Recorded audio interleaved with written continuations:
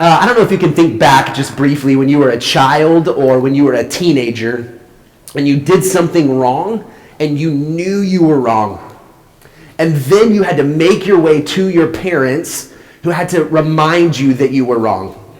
And they had to remind you of the mistakes that you had made, the poor choices. I was gone the last couple weeks visiting my family in Oklahoma. And I was driving around, and every time I drive around, I show my children, I have an 11-year-old and a 7-year-old. I showed them different places where I grew up, and I was showing them my high school.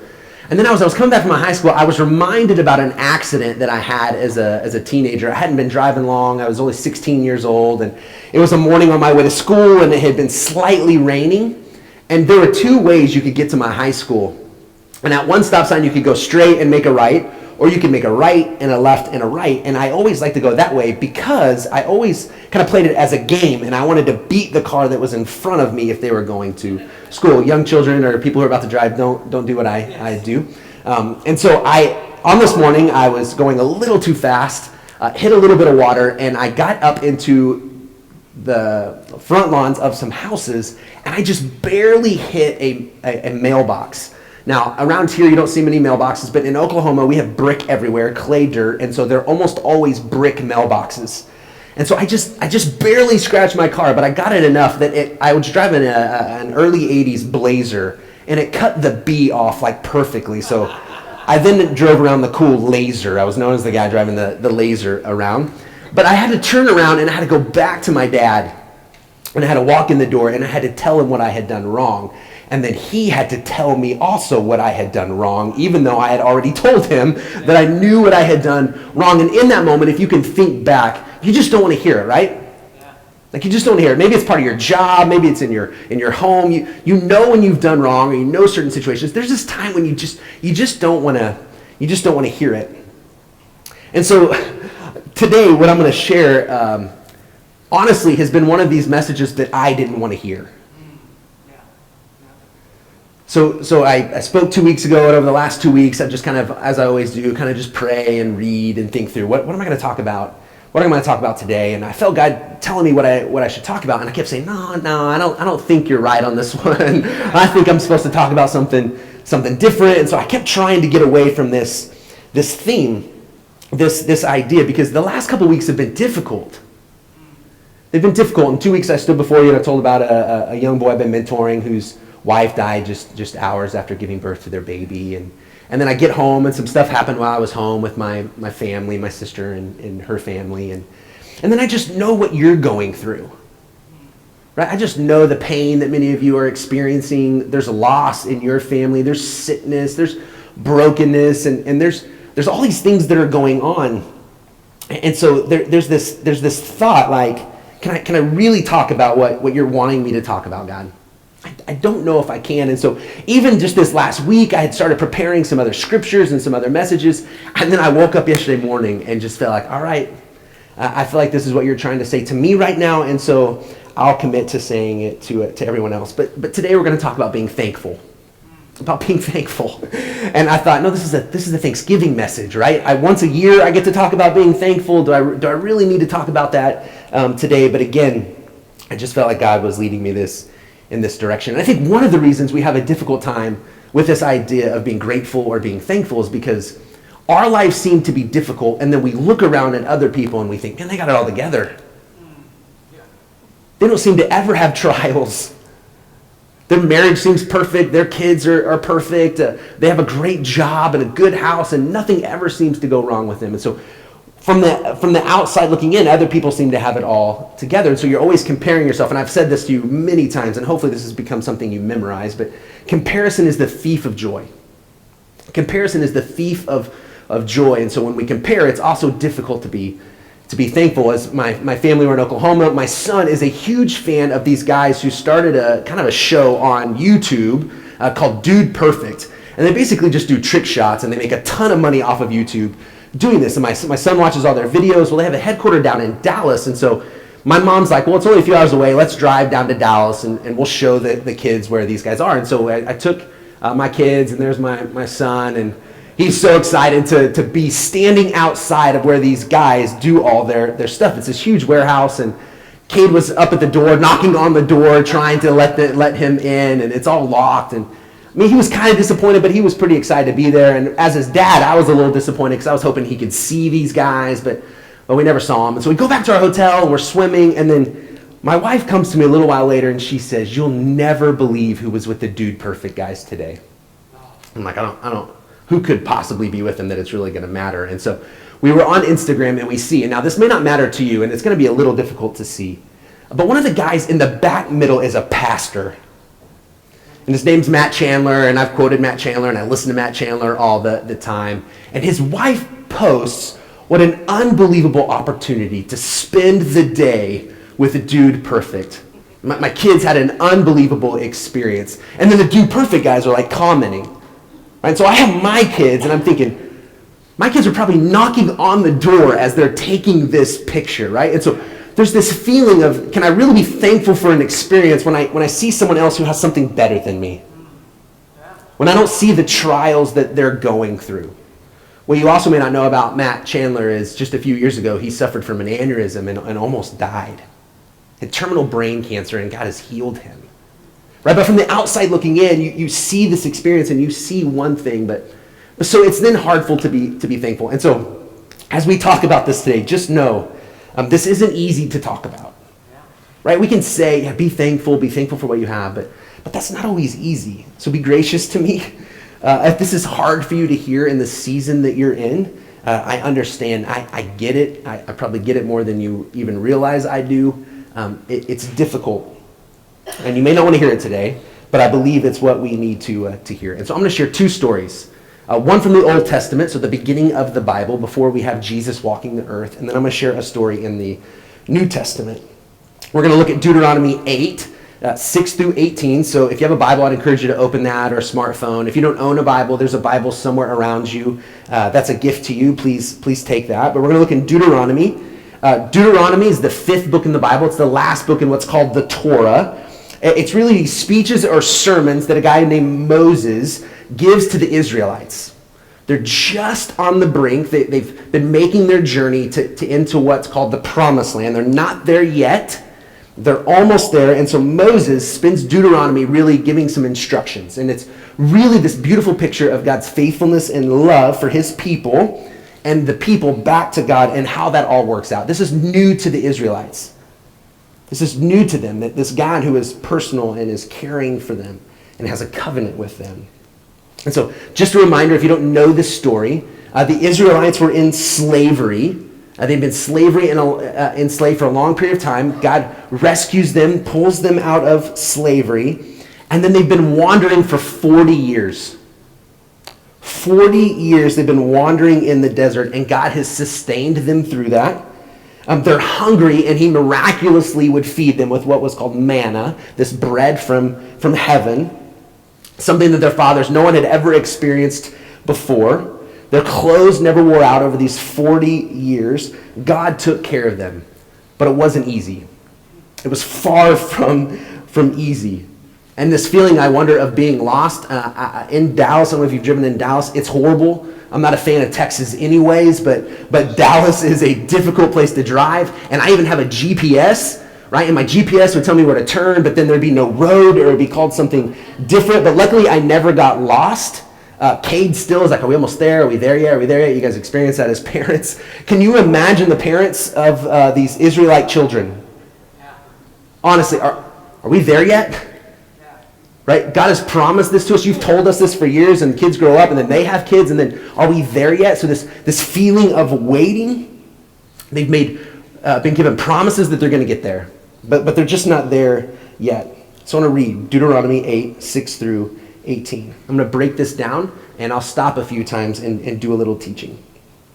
It says, "Observe the commands of the Lord your God, walking in his ways and revering him.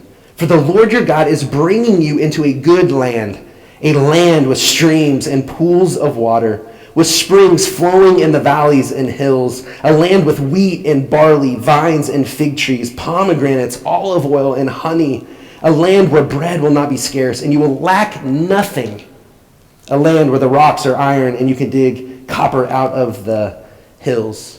I mean, just get the feeling, right? 40 years And Moses is reminding them once again, you're going to get there. You're going to get there. It's just a little bit farther. I mean, remember, you were slaves and you were making bricks. You've been wandering in the desert for 40 years. That's 14,000 days, over 14,000 days that they're waiting for this. 350,000 hours that they're waiting to enter into the promised land. They know that God has promised this, but they haven't experienced it. Right? They haven't made it there. And Moses is reminding them, look, this is what's ahead of you. Right? This bread, we've been waiting every morning, and you have to just wait for the bread to show up. Look, no longer. The bread won't be scarce. It's going to be there for you. And pomegranates, I'm kind of confused why he chose pomegranates. They're just little seeds. I thought they picked something else, but it says, look, there's going to be these pomegranates. There is honey. The sweet taste that you haven't experienced, you are going to experience this. You are going into a good land. We know you're not there yet, but you will get there. And so they're just clinging on to this hope. Verse 10. And when you have eaten and are satisfied, praise the Lord your God for the good land he has given you.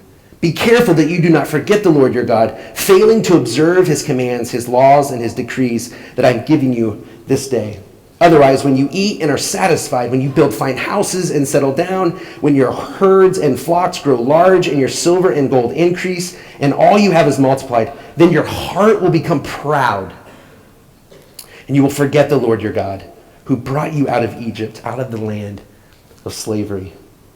When life is good, you're going to be sad. Look, you're in slavery, you're out of slavery, you're wandering for 40 years. Life is going to be good. And if you're not careful, you're going to be satisfied.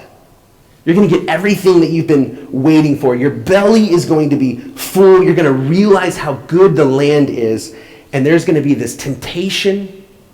There's going to be this opportunity to praise God. But be careful, beware. Because there's going to be this other temptation to forget who God is. You're going to maybe forget what God has done for you. And so you're going to eat and be satisfied. You're going to build nice homes. You're going to settle down. Your bank account is going to grow. You're probably going to marry and have 2.5 kids. Your herds are going to be healthy. Who's done that for you? Who's done that for you? You might just forget that it was God. Don't forget. 15, he says, he led you through the vast and dreadful desert, that thirsty and waterless land with its venomous snakes and scorpions. He brought you water out of a hard rock. He gave you manna to eat in the desert, something your fathers had never known, to humble and to test you, so that in the end it might go well with you. But they haven't had it easy. There was a time, and I've talked about this before, there's this time when they basically tell Moses, you've brought us out here to die. Could we just go back? Could we just go back to slavery when we were sitting around pots of meat? Can we go back to that? And just day after day, they continue to move forward. They continue to move on. Now, this next part I think is so true for many of us today. I think this is a real problem for our culture, for our country specifically. We have sayings like, well, just pull yourself up by the bootstraps. Right? If you just work hard enough, you can accomplish anything that you want. Now, I'm not saying that hard work isn't important. I'm not saying that you don't have gifts and abilities. But verse 17, it says this. You may say to yourself, my power and the strength of my hands have produced this wealth for me. But remember the Lord your God, for it is he who gives you the ability to produce wealth, and so confirms his covenant, which he swore to your forefathers, as it is today. I want to highlight just one part of this verse. One part of this passage that I think will begin to help us be thankful. So again, Moses is telling these people, it's been hard. But when you're satisfied, you're going to be satisfied. God is going to continue to take care of you. And when he does, be quick to praise God. So I almost kind of, sometimes I try and come up with a saying, and I thought, okay, let's develop an attitude of gratitude, something real tricky like that. And not that that's really that tricky, but what's this saying I could have? And as I begin to kind of pray and read, I thought, you know what? It's really not an attitude. Right? We can have all kinds of attitudes that don't lead to behavior. Right? You can have all kinds of attitudes that don't lead to behavior in our lives. So 2 weeks in Oklahoma, almost 2 weeks down in Oklahoma, I survived lots of country music in Oklahoma. Almost every channel. My 7-year-old, I think, was on the brink of starting to like country music. He actually said, is it okay if I like Luke Bryan? He started to know names of country music people. And I'm like, hold on, we need to get back to Missouri as soon as possible. So lots of country music, but I survived. And I've talked about the food in Oklahoma. It is unbelievable. I mean, I love the food in Oklahoma, but it is not healthy. I mean, it's fried everywhere. And so I go into these 2 weeks, it's vacation, and I'm like, okay, I'm gonna do well, and I'm gonna eat healthy, and I'm gonna drink a lot of water. And then we go to this place called Ishans. It's world famous for fried chicken. You just order whole chickens. That's the only thing on the menu is whole chickens, fried okra, and nachos with cheese. That's it, all right? So, and no plates, they just drop it on a piece of paper. And so, you know, you can have this attitude, I'm going to eat well, and then you don't. You can have all kinds of attitudes. I can have this attitude and this thought, well, I'm going to start being thankful. But that doesn't necessarily translate itself into behavior. Right? And so I thought, okay, well, it's got to be more than an attitude. It actually really has to become a practice. Like, I don't think it's natural to be thankful. Right? If you've ever raised kids, it's not natural for a child, a young child, to understand the sacrifices you've made for them. Right? So what do we say when they get something? Well, what do you say? Thank you, right? We have to teach our children to be thankful and to be grateful for what they have. This is not natural. This is not natural, so it's not just a behavior. And so I think Moses is literally trying to help them put this into practice. To create a behavior where we praise God for what he's done in our life, where we're thankful for what he has done. And so in verse 10, it says this, when you have eaten and are satisfied, praise the Lord your God for the good land he has given you. And so I started thinking about this for the. Or just this for the. How would you fill that in? Right? So when you've eaten and are satisfied, when you're satisfied, when things go well, when things aren't going well, and God gets you through it, what do you thank God for? For the people that surround you? Right? So the difficult times you're going through right now, the not knowing how you're going to make it another day, not knowing financially how you're going to pay your bills, I'm thankful for the people who get me through it. I'm thankful for the job you have or the roof over your head. That you're thankful for even as I think about loss, man, there's been so much loss in people's life lately. Right? It feels like it comes in seasons, and it just feels like every time I get online or I get on my phone, someone else has lost someone. Right? So even in that, can we be thankful for the time we've had with people?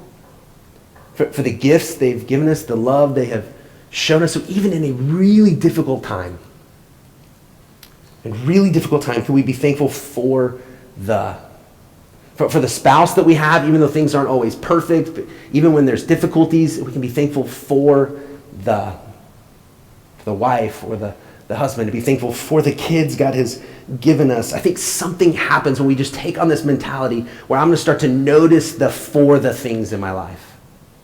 That I'm going to be thankful for those things that I believe God has given me. So we're going to be thankful for the provision, just what he has provided, right? And this is what I want you to begin to do. Whether you do this on your own, in your house, or you tell someone else, but we begin to speak these things, right? We just tell people, man, I'm thankful that God has provided this for me. Man, life has been really difficult. I'm thankful for the grace that God has showed me during this time. Right? Can we begin to speak those things? Can we tell others? Like, I want to this is a little bit of a side note, but this thought of like telling people we appreciate them and that we're thankful for them, right? We might say things like, they know how I feel about them. Do they? Well, they know my heart. Do they? Like in the scriptures, Paul writes these letters, and oftentimes he says, I thank my God for you. That seems like a really small thing to include, but significant. So for you, who is it that even today you need to send a text to? You need to maybe even call. I know we don't do that as much anymore, but actually dial a number and talk to someone in person and say, I just want to say I'm thankful for you. I'm thankful that God has put you in my life. Look, we don't just say, well, I'm going to have an attitude of thankfulness. We actually begin to have a behavior of thankfulness, of gratitude. And then it gets really difficult when things aren't well. So you have to dig a little bit. You have to try and figure out, well, where is God in all of this? And we figure out where the for the is. Right? God, I'm thankful for the strength that you just give me for today. I'm thankful for the peace that you're giving me just in this moment. I'm not going to worry about tomorrow. Tomorrow has enough worry for itself. Just today, I'm going to figure out what the for the is that I'm going to be thankful for. Moses is telling them, if you don't and you're satisfied and things go well, you're going to think it's about you. You're going to think you've done this on your own.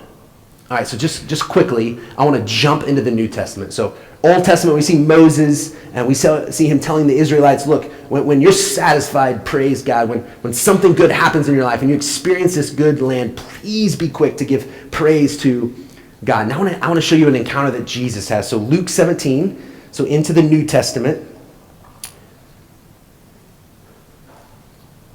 Luke 17, verse 11. Page 1037 in that red Bible. This may be a familiar story to many of you. To some of you, it might be new. But Luke 17, we'll go 11 through 13 first. It says, now on his way to Jerusalem, Jesus is making his way, and even just a little bit of a note here, he's not just going to Jerusalem to visit. This is kind of the last days of his life.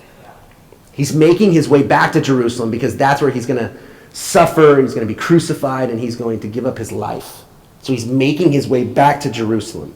It says, Jesus traveled along the border between Samaria and Galilee. As he was going to a village, 10 men who had leprosy met him. They stood at a distance and called out in a loud voice, Jesus, Master, have pity on us. So I don't want to assume, but I'm guessing a lot of you know leprosy, but just in case you don't, leprosy was this horrible disease where your skin would literally rot and fall off. Right? People would lose fingers, they would lose toes. It was extremely painful. Can you imagine how bad it would have smelled? Someone who had leprosy. And it was highly contagious. Highly contagious. So if I touch someone who has leprosy, I'll get leprosy myself. And so that's why there's these leper colonies. If you've heard of that, it's because it's highly contagious. And so they had to live outside of the community. They were kind of removed from relationships. That's why we see here there's 10 of them. They probably formed their own little community here. No longer intimate with your spouse. No more hugs with your children. Not just painful physically, but emotionally, psychologically, spiritually. They were outcast. And then if that wasn't bad enough, everywhere they went, they had to call out unclean. Right? So everywhere they went, unclean. Unclean. They had to announce that they were unclean so people could get out of their way. And so that's why right here you have them saying that they stood off in a distance from Jesus. Right? They stand off from a distance from Jesus and they just shout out, have pity on us. What they're saying is, have mercy on us. Would you show us some compassion? They had heard that Jesus was doing some stuff. And they think maybe Jesus is the one that could rid us of this. That maybe our lives could look different with Jesus.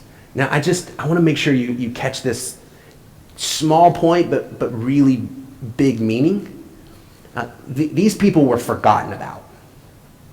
The religious people often said the reason you have this is because of some sin in your life. And can you imagine if you got sick, and maybe this has happened, and I'm truly hurt if that's happened to you. That if someone of religious background ever said to you because you were sick that it was because of something you had done. Right? But that's what's happening right here. And that's not true, but there was this thought. And so there's so much going on. And Jesus always gives time and attention and his energy and his love to the marginalized. And we see it once again, that those who are experiencing this are calling out to Jesus. Verse 14. It says, when he saw them, he said, go show yourselves to the priests. And as they went, they were cleansed. Again, this is fascinating. They didn't wait. Right? Jesus didn't say, okay, you're going to be healed, and then once you're healed, go show the priest. He says, leave and go show the priest. And while they're on their way, I don't know how long they've been walking. Right? For me, it's like I pray and I'm like, now, come on, God, do it now. And for this, they say, Jesus says, go show the priest. And I get this picture that they just take off running because there's this expectation that Jesus is going to do something. And so they take off still a leper. Right? They take off still broken and hurting and in pain, and they take off, and somewhere along the way they're healed. And so just let me tell you that maybe God is saying, look, things are going to get better. Things are going to get better, but maybe not right now. And maybe the act of faith is to trust God and just to begin to continue to go. And just knowing somewhere along the way that God is going to come through. Like you can do a quick Google search on the promises of God, right? And just cling to those, right? That he gives strength to the weary, that those who hope in the Lord will renew their strength. That if you lack wisdom, ask God who gives generously. That if we confess our sins, he is faithful and just and will forgive us. The Lord himself goes before you and will be with you. He will never leave you nor forsake you. Do not be afraid. Do not be discouraged. Those are things you can hold on to. Those are the promises of God. And so you may hear those and you may walk out this door and not everything is going to be fixed. Right? This thought that God just wants to make us happy, that God is just going to make everything okay if we're a follower of Jesus just isn't true. But these promises are. That God is going to be with you through whatever you're going through. And so they all go off. They all go off healed. Verse 15, it says, one of them, when he saw he was healed, came back praising God in a loud voice. But notice here, when he stayed off from a distance with a loud voice, it looks different now. It says he threw himself at Jesus' feet and thanked him. And he was a Samaritan. Verse 17, Jesus asked, were not all 10 cleansed? Where are the other 9? Was no one found to return and give praise to God except this foreigner? Then he said to him, rise and go. Your faith has made you well. One comes back. One comes back. 1 out of 10. So the other 9 are healed.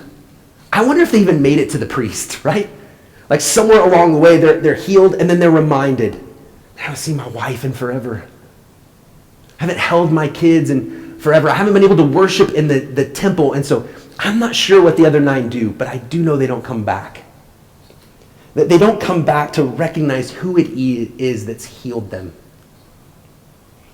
I can imagine they were happy, but were they really thankful? Were they really grateful for what had happened? And so you have this one, the Samaritan, who also was an outcast. So not only was he a leper, but he was also a Samaritan. And so those who were Jewish would have outcasted him because he was Samaritan. And so we see that the 9 have an amazing experience and they're healed. But just let me tell you, this one has a better experience. More than just being healed, he spends time with the one who had healed him.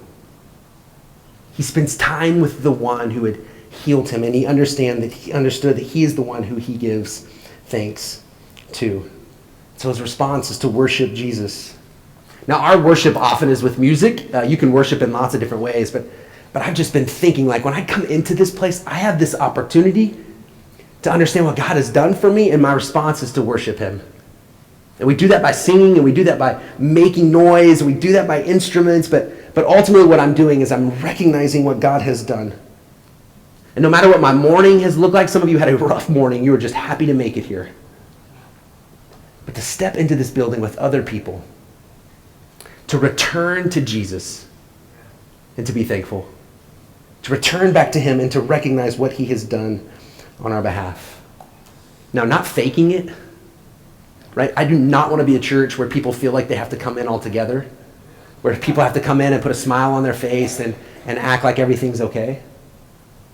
But the beautiful thing is, in the midst of hurting, in the midst of pain, to be able to still look at God, to still be able to turn our attention to him and to worship him for the to give praise for what he has done in our lives. Paul, who had an unbelievable, difficult life. Paul, who wrote a lot of the New Testament. Persecuted Christians, becomes a Christian. And when he becomes a Christian, he's hated and he's persecuted and near death several times and shipwrecked, and he's in chains. He's in prison as he writes a lot of his letters. He writes this in Philippians 4:4. Right? We often say this, but I think we say it coming from a different experience. But just hear this man, Paul, in chains, in a dungeon, writing this, Philippians 4:4. It says this, "Rejoice in the Lord always." I will say it again, rejoice. This isn't coming from a guy who hasn't experienced something. This is coming from a guy who is near death, probably, who's been beaten, brutalized. But in the midst of that, he recognizes how good God is. And he recognizes the grace of God, how God has loved him, saved him, and protected him. So for you, I know it may be difficult. I know it may be hard. But could you begin to create this behavior where you look for the for thes? Where can you be thankful for what God has done? And some of you here may not be what you would call a Christian. Maybe you're not sure what you believe about God, but could you just begin to ask the difficult questions and just begin to wonder, even in the midst of your doubts, where has the good come from in your life? The gifts, the abilities, the people, family, where have those come from? Is it just chance? Where do you put hope when things are hard? When things are difficult, what do you cling to? Just yourself? And you think, man, by my own power and my own might, I'll get through this. Or could there be a God who cares for you in the midst of those things? And you cling to him and you rejoice. Again, I will say it, rejoice for what God has done. I'll end with this, verse 17. It says, "Where are the others? Weren't they healed?" And then he makes this statement to the leper who comes back. He says, "Your faith has healed you." Your faith has healed you. He's already been healed, right? He's not a leper anymore. His skin probably looks good. He's already been healed. But what Jesus is saying here is you've been healed way more than just physically. You've been healed spiritually. You've been healed physically. You now have entered into the presence of God. You understand what it looks like to be loved by God and to love God and to give your attention to God. Francis Schaeffer, a theologian, he said this, "The beginning of man's rebellion against God was and is the lack of a thankful heart." I'll say that again. The beginning of man's rebellion against God was and is the lack of a thankful heart. Greg's going to come up and close us with our song that we sing. And maybe today more than ever, I want this for you. Ultimately, I want this for myself. As I work through things with my family back in Oklahoma, as I walk with my sister through some difficult days, as I see so many of you lose people, I just want to tell you, I'm trying to create a behavior in my own life of being thankful. It's a choice that we'll make. It's choosing to know that God is with us and that God is good. And so we sing this song, and many of you have been around, you know the lyrics, but we're asking God, give this to us. This is what we want in our lives. So if you would stand with us, I'll pray, and we'll sing this together.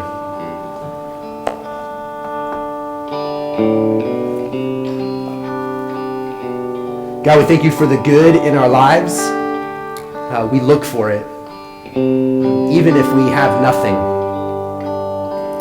Even if everything goes away, even if those we love continue to pass on, Lord, it's even in the midst of those things we will turn to you, cling to you, and know that you are still good. And we'll give you praise for the things you have done, that you are doing, and you will do in our lives. Lord, for many of my friends, they have not gotten to that point yet.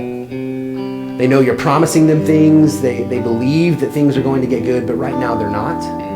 So Lord, I pray that you'd be with them. You'd give them hope. You'd help them cling to you.